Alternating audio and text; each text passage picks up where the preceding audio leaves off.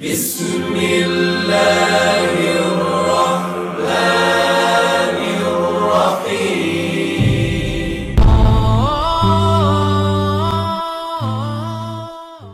আসসালামু আলাইকুম। সমস্ত প্রশংসা আল্লাহ তাআলার জন্য। তো ভিউয়ার্স, আজকে আমরা এই পর্বে যেটি দেখাবো, এটি আপনি টাইটেল দেখেই বুঝতে পারছেন। আমি একটা বাড়ির ডিজাইন দেখাবো, প্লাস এই বাড়িতে আপনার কেমন খরচ পড়বে এই সব নিয়ে আলোচনা করব। তার আগে ফার্স্টেই বলে নেই ভিউয়ার্স, আমার এই চ্যানেলটি অবশ্যই আপনারা যদি নতুন হয়ে থাকেন আমার চ্যানেলে, তাহলে অবশ্যই আমার চ্যানেলে সাবস্ক্রাইব করবেন এবং পাশে থাকা বেল আইকনটি বাজিয়ে দিবেন, যাতে করে নতুন কোনো ভিডিও দিলে সাথে সাথে আপনি পেয়ে যান। তো আজকে ভিউয়ার্স, আমি বাড়ির ডিজাইন দেখার আগে ফার্স্টে আমি আজকে সতর্ক বিষয় নিয়ে আলোচনা করব। ইদানিং দেখা যাচ্ছে অনেকে ইউটিউবার রয়েছে যারা হচ্ছে মনে করেন যে 1000 স্কোয়ার ফিট, অথবা দেখবেন যে তারাই, আমি একটু আপনাদের ক্যালকুলেশন করে দেখাই জিনিসগুলো, আমার কথার সাথে আপনি বাস্তব মিল করে দেখবেন, তাহলে বুঝতে পারবেন। ধরে নেন কেউ দেখাচ্ছে আপনাকে 25 বাই হচ্ছে 40 স্কোয়ার ফিট, 25 বাই 40, দৈর্ঘ্য হচ্ছে আপনার ধরে নেন আপনার 40 আর প্রস্থ হচ্ছে 25। অথবা কেউ দেখাচ্ছে হয়তোবা, আমি বাড়ির মাপগুলো বলতেছি আপনাকে, 35 বাই 40, এমন সাইজের বাড়িগুলো দেখায় যেগুলো 1400 স্কোয়ার ফিট, 1000 স্কোয়ার ফিট হয়। এগুলোতে তারা আবার বলে কম খরচে, অথবা 4 লক্ষ, 5 লক্ষ, 6 লক্ষ, 8 লক্ষ, 3 লক্ষ টাকায় বাড়িগুলো করা যাচ্ছে, এরকম অ্যাডগুলো দিয়ে থাকে। তো ভিউয়ার্স, আমি ফার্স্টে বলে নেন, আপনারা এইসব প্রতারক চক্রের ফান্দে পড়বেন না। কারণ কি, আপনাকে তারাই চেষ্টা করে কি, এরা জিন্দেগিতে এরা হচ্ছে ইঞ্জিনিয়ার না, এরা হচ্ছে কন্ট্রাক্টর। বেশিরভাগই দেখবেন চেষ্টা করে যে একদম কম রেট বলি, যাতে করে আপনি কাজটি শুরু করতে পারেন।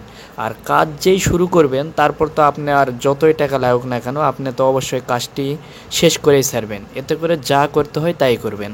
আমার একটা পরিচিত ঘটনা, আমাদের এলাকার পাশে এলাকায় একজন এরকম কন্ট্রাক্টরের সাথে আলোচনা করে তাকে বলছিল যে আপনার খুব বেশি লাগবে না, 10 লাখ টাকা হলে আপনার এই বাড়িটি হয়ে যাবে। তারপর যখন কাজ শুরু করছে, 10 লাখ টাকা দিয়ে সে ছাদ আর দিতে পারে নাই। ছাদ না দিয়ে এইদিকে ওর 10 লাখ টাকা শেষ। আরও ছাদ দেওয়ার পর দরজা জানালা অনেক কিছু আছে, এগুলো কিনতে হবে। বাড়িটা ছিল মোটামুটি আপনার 1600 স্কোয়ার ফিট। তো 1600 স্কোয়ার ফিট যদি একটা বাড়ি হয়, তাহলে আপনার মিনিমাম একদম যদি নর্মালেও করেন, তাও আপনার 1400 টাকার নিচে করতে পারবেন না। তাহলে এখানে লাগছে কত, 22 লক্ষ টাকা তার খরচ হচ্ছে। কিন্তু তাকে আইডিয়া দিয়েছে এক কন্ট্রাক্টর যে আপনার খরচ হবে মাত্র হচ্ছে 10 লাখ টাকা। তো দেখেন, সে কন্ট্রাক্টর চাইছিল যে যাতে করে ইয়েটা, আমাদের যেই কাজটা আছে ধরুক আগে। পরবর্তীতে সেই ব্যক্তির এতই নেশা উঠে গিয়েছে যে আমি বাড়ি করবই। এরপর সে লাস্টে কী করছে, তার জমি বিক্রি করছে, সাইটে জমি বিক্রি করে সে কিন্তু বাড়ি করছে। তার মানে কি, দেখেন, যে কোনো কন্ট্রাক্টরই চাইবে যে আপনি একটা বাড়ির কাজ শুরু করেন, তারপর ধার হোক, যে জায়গায় হোক, যে কোনো মূল্যে আপনি সেই কাজ শুরু করবেন, এটা তারা জানে। ঠিক তেমনই তারাই এরকমভাবে প্রলোভন দেখাবে আপনার কম খরচে বাড়ি করা যায়। আসলে কম খরচ বলতে, আপনি যদি ইট দিয়ে ছাদ দিয়ে বাড়ি করেন, তো আপনাকে বললাম যে 1400-1500 টাকার নিচে করতে পারবেন না। আর আপনি যদি উপরে অ্যাঙ্গেল রড অথবা এই যে আপনার কাঠ দিয়ে, টিন দিয়েও যদি করেন, তারপরও কিন্তু আপনি 1000 থেকে 1100 টাকার নিচে করতে পারবেন না, যদি আপনি ভালো মানের করেন। আর আপনি বাড়ি করবেন, অবশ্যই আমি অনুরোধ থাকলো কোনো একটা ইঞ্জিনিয়ারের পরামর্শ নিয়ে করবেন। কারণ বর্তমানে দেখছেন যে কোনো আবহাওয়ার যে পরিবর্তন হচ্ছে, যে কোনো সময় একটা ভূমিকম্প আসতেছে, সাইক্লোন, বিভিন্ন কিছু আসতেছে, আমাদের দেশেও, বাংলাদেশেও কিন্তু আসতেছে। তাই আমি আপনাদের অনুরোধ করব যে আপনারা অবশ্যই বাড়ি করার আগে আপনাদের বাড়ির যে নিচের বেস, এগুলো ভালো মতো ঠিকঠাক করে নেবেন।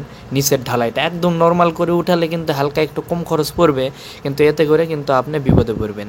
আরও একজন আমাকে ফোন করে বলছে, ভাই, এক কন্ট্রাক্টরের ইয়েতে আমি 12 মিলি রড দিচ্ছে, 12 মিলি রড দিয়ে সে কলাম উঠাইছে, দুতলা বিল্ডিং করবে। হিসাব করা যায় তাও 4টা রড, 6টা রড ইউজ করতেছে সে, 6টা ইউজ করছে, 12 মিলি মেন রড দিয়ে সে হচ্ছে দুতলা বিল্ডিং খাড়া করাচ্ছে কন্ট্রাক্টরের। পরবর্তীতে সে নেট ঘাটাঘাটি করার পর দেখে এটা বিপজ্জনক, তারপর সে লাগছে এখন কীভাবে কী করা যায়। তো অবশ্যই আপনারা কন্ট্রাক্টরের ফান্দে পড়বেন না। আপনি একটা বাড়ি যদি 14 থেকে 15 লাখ টাকা দিয়ে করতে পারেন, কিংবা 10 লাখ টাকা খরচ করতে পারেন, তাহলে একটি ইঞ্জিনিয়ারের পরামর্শ নিলে আপনার সমস্যা কী? এক ইঞ্জিনিয়ারের কাছ থেকে আপনি ড্রয়িং ডিজাইন করে নেন, প্লাস হচ্ছে কত কী মালামাল লাগবে সব করে নেন। এটা তো আপনার খুব বেশি খরচ না, এটা আপনার 6 থেকে 7 টাকা খরচ পড়বে আপনার স্কোয়ার ফিটে। তো আমি ধরলাম আপনার 6 টাকায় নেবে প্রতি স্কোয়ার ফিটে। এখন যদি হয় আপনার 1000 স্কোয়ার ফিট একটা বাসা, তাহলে গুণন হচ্ছে 6, কত লাগতেছে? 6000 টাকা। তো একটা ইঞ্জিনিয়ারকে আপনার 6000 টাকা দিলে আপনি চতুর্দিকে সেফ থাকতেছেন। আপনার ড্রয়িং প্রপারলি একটা আপনার মনের মতো ড্রয়িং করে দিবে, প্লাস ডিজাইন করে দিবে, সেখানে কিভাবে রড দিতে হবে, কিভাবে কতটুকু গর্ত করতে হবে, কোন জায়গাতে বেজ উঠাতে হবে, ডিটেলস সেখানে থাকে। প্লাস আপনার কতটুকু রড লাগবে, সিমেন্ট লাগবে, বালি লাগবে, এটা অ্যাকুরেট হিসাব পাবেন। আর একটা কন্ট্রাক্টর এগুলো আন্দাজে মারে, একটা কম কম ক্যামেরা দেয়, দিয়ে লাস্টে দেখা যায় খরচ কম পরবর্তীতে করার পর। আমার কথাগুলো যদি আপনার বিশ্বাস না হয়, তাহলে অবশ্যই আপনার এলাকায় কেউ না কেউ তো বাড়ি করছে, তার কাছ থেকে শোনেন, সে আনকমপ্লিট করে রাখছে, যায় দেখেন যে কত টাকা তার পড়ছে, ভালো মতো হিসাব করে বলতে বলবেন, দেখবেন যে আমার কথার সাথে মিলবে। আর এইসব যারা ইউটিউবে বর্তমানে লোভনীয় ব্যাপারগুলো দেখাচ্ছে, তাদের খপ্পরে পড়বেন না। তো আসেন ভিউয়ার্স, আমরা এখন মূল ভিডিওতে যাই। আমি যে ভিডিও নিয়ে আলোচনা করবো আজকে, সেটি হচ্ছে আমি একটা একতলা বিল্ডিং নর্মালি কিভাবে করতে পারেন, যার ভিউ এইরকম আসবে আপনার। এটা আমি একটু দেখাই। এখানে কিন্তু জানালায় নকশা করা রয়েছে গোল করে, আর এটা যেটা রয়েছে এটা এসএসের দেওয়া রয়েছে গ্রিলগুলো উপরে, আর এটা এই চাঁদ আকারে, এটা লাল, এটা রং করে দিতে পারবে, প্লাস্টার করে সব কিছু করতে পারবে মিস্ত্রিরা। আর এটা হচ্ছে মেন গেট। গেটটা হচ্ছে এরকম একটা ডিজাইন করা রয়েছে। আর এটা কিন্তু উপরে ছাদের যেটা দেখতেছেন, এটা হচ্ছে ছাদে হচ্ছে সাইডে সাইডে নকশা করা থাকবে, আর এটা ছাদের চতুর্দিকে এইভাবে বাউন্ডারি করে ঘেরা থাকবে। তো আসেন, এটা আমি দেখলাম ফ্রন্টের ভিউয়ার্স। এখন বাড়িটা কেমন হবে দেখাই। বাড়িটা হবে এমন যে আপনার এরকম মেন গেট থাকবে, দুই পাশে বসার জায়গা থাকবে এখানে। এটা যেহেতু উপরে ছাদ থাকবে, আমি দেখালাম, এই দেখেন সুন্দরভাবে এই যে দিয়েছি, এইভাবে থাকবে। তো এটা এই বাড়িটা হবে কি, এখানে বসার জন্য জায়গা থাকবে, এটা মেন গেট। আর এই সাইডে হচ্ছে ড্রয়িং রুম। এখানে মেহমান আসলে এখানে একটা পর্দার সেট করবেন, যাতে করে পর্দা রাখতে পারেন। আপনার বিবি বাচ্চা যারা রয়েছে তারা পর্দার ভিতর থাকতে পারবে, যদি আপনি মুসলিম হয়ে থাকেন। আপনার যে কোনো মেহমান, অপরিচিত মেহমান, পরিচিত মেহমান, যাদেরকে আপনার বিবির সাথে অথবা আপনার মেয়ের সাথে দেখা করার প্রয়োজন নাই, তাদেরকে অন্ততপক্ষে এই গেটের এই পাশে আর যেতে দিবেন না। যার কারণে এইভাবে ড্রয়িংটা করা হয়েছে। এই বাড়ি কিন্তু হয়ে গিয়েছে, এটা একজন ক্লায়েন্ট আমার থেকে করে নিয়েছে। আমি স্ট্রাকচারাল ড্রয়িংটা দেখাচ্ছি না, শুধু ফ্লোর প্ল্যানটা দেখাচ্ছি এখানে। তো এখানে একটা পর্দা দিয়ে দিবেন, আর এটাও পর্দা থাকবে, এর ভিতর সোফা চেয়ারগুলো থাকবে। এখানে আপনি কিন্তু ড্রয়িং রুম এটা ইউজ করতে পারবেন মেহমানদের জন্য। তারা এখানে আলাপ আলোচনা করে এই গেট দিয়ে আবার বাইরেও চলে যাবে, আর আপনার স্ত্রীরা তখন পিছনের গেট দিয়ে বাইরে হবে। যখন মেহমানরা থাকবে এই গেট ইউজ করা তাদের প্রয়োজন নাই, পিছনে আর একটা গেট রাখা হয়েছে। এটা হচ্ছে ডাইনিং, খাবার টাবার জন্য। এর কিচেন রুম, বেডরুম, টয়লেট, একটা কমন টয়লেট, এটা হচ্ছে কমন, আর এটা হচ্ছে অ্যাটাচড। এই হলো ডিজাইন। এখন আসি, এখানে আমি জিনিসগুলো বসায় রাখছি, দেখেন। এটা হচ্ছে আপনার সোফা এরা রাখতে পারেন, এখানে একটা টিভি রাখতে পারেন, আর এখানেও একটা পর্দা দিলে দিবেন, আমি দেখাইনি জিনিসটা। এটা হচ্ছে আপনার বেডরুম, এটা হচ্ছে কিচেন রুম, এইভাবে সেট করতে পারেন আপনি। প্লাস হচ্ছে এটা হচ্ছে বাথরুম, ওয়াশরুম।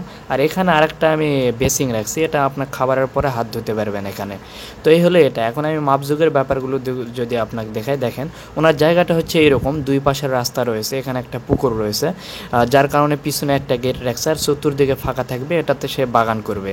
তো এইভাবে ওনার মন মতোভাবে আমি করে দিয়েছি। আমি ফার্স্টে একটা করছিলাম, তারপর উনি আবার হালকা এডিট চাইছে, এডিট করে দিয়েছি। তারপরে কিন্তু এইভাবে করা হয়েছে। প্রত্যেকটার মাপ দেখেন, এই যে 10x12 ফিট, 10x12, এটা 7x10, এটা হচ্ছে 12x12, যেহেতু এটা মাস্টার বেড। এটা হচ্ছে 10x12, এটা হচ্ছে 7x5 toilet.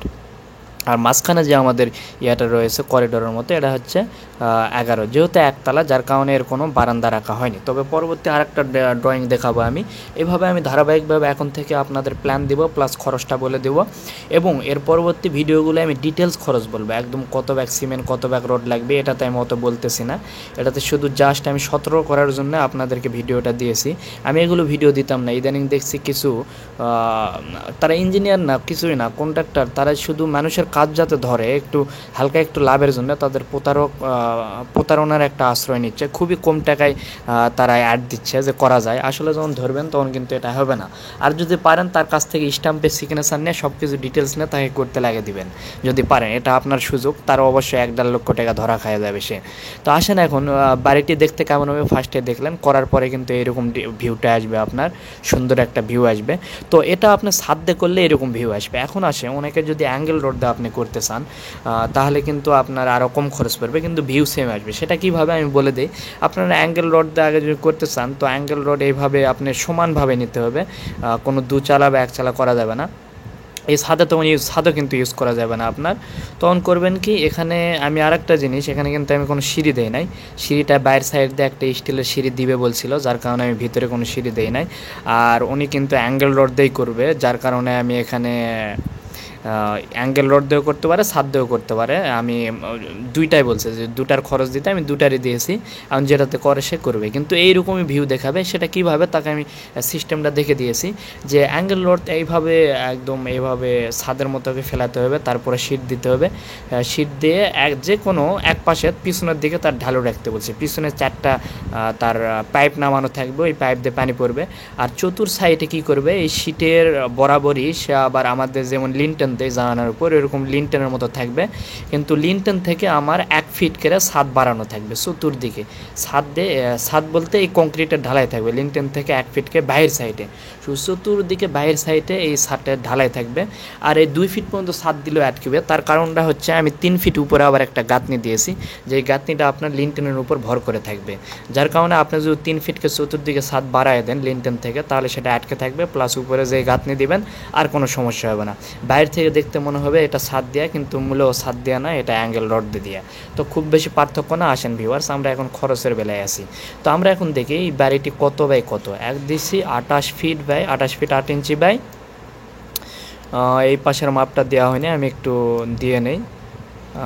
28 feet 1 feet by 37 feet maybe হবে, দেখ 37 ফিট। তো আমরা এখন আসি হিসাব নিয়ে।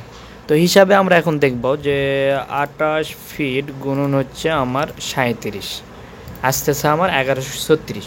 তো ভিউয়ার্স, এটা যদি আপনারা ছাদ ঢালাই দিয়ে এইভাবে করেন তাহলে আপনার মোটামুটি 1400 টাকা স্কোয়ার ফিট পড়ে যাবে। আমি ডিটেলস এটাতে বলছি না, এর পরের ভিডিওগুলোতে আমি কত ব্যাগ সিমেন্ট সব বলবো।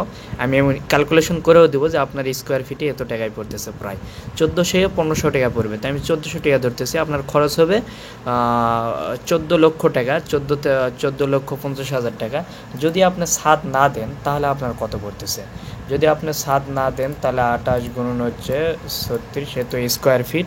এটাতে আপনি গুণ দেন, 28 গুণন হচ্ছে 37, এটাতে আপনি গুণ দেন, মোটামুটি 900 টাকা পড়ে যাবে। 900 থেকে 1000, আমি 900ই ধরলাম।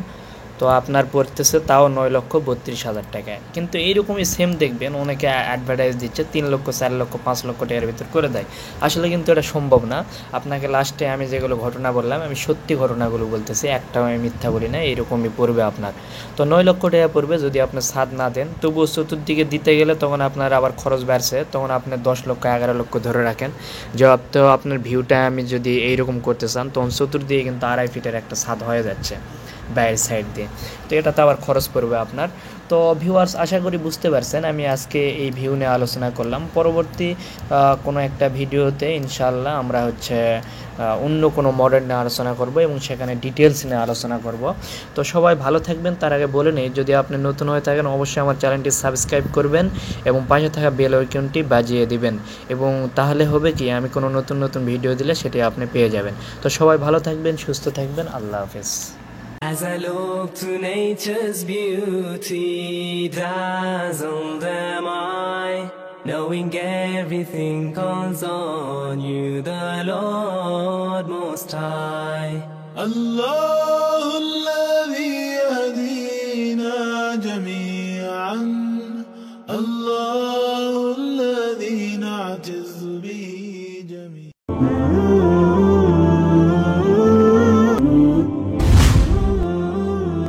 جزاك الله خيرا.